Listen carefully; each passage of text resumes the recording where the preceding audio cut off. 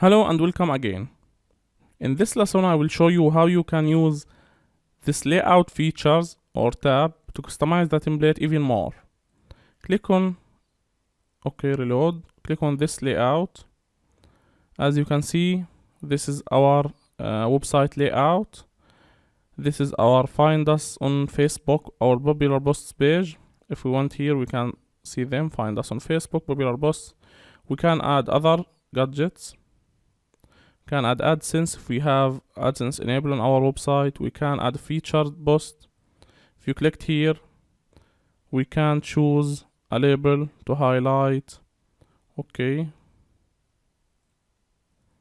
In our website, as you can see, best games in 2017. This is our featured post and will be shown in the right column. If we refresh that page, it will.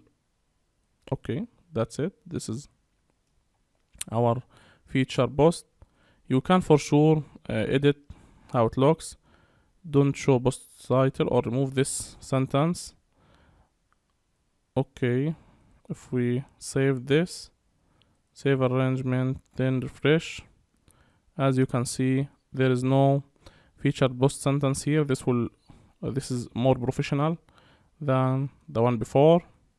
I will attach this template to the course files so that you can use it if you want it, and you can customize it just like whatever you want. Now another thing that I must point out is it's way much better to edit this template, the HTML, using a text editor just like this one, Notepad++. You can download it here if you wrote Notepad++.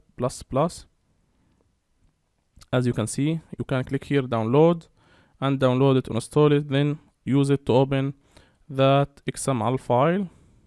As you can see, edit with Notepad++, and it will be shown here.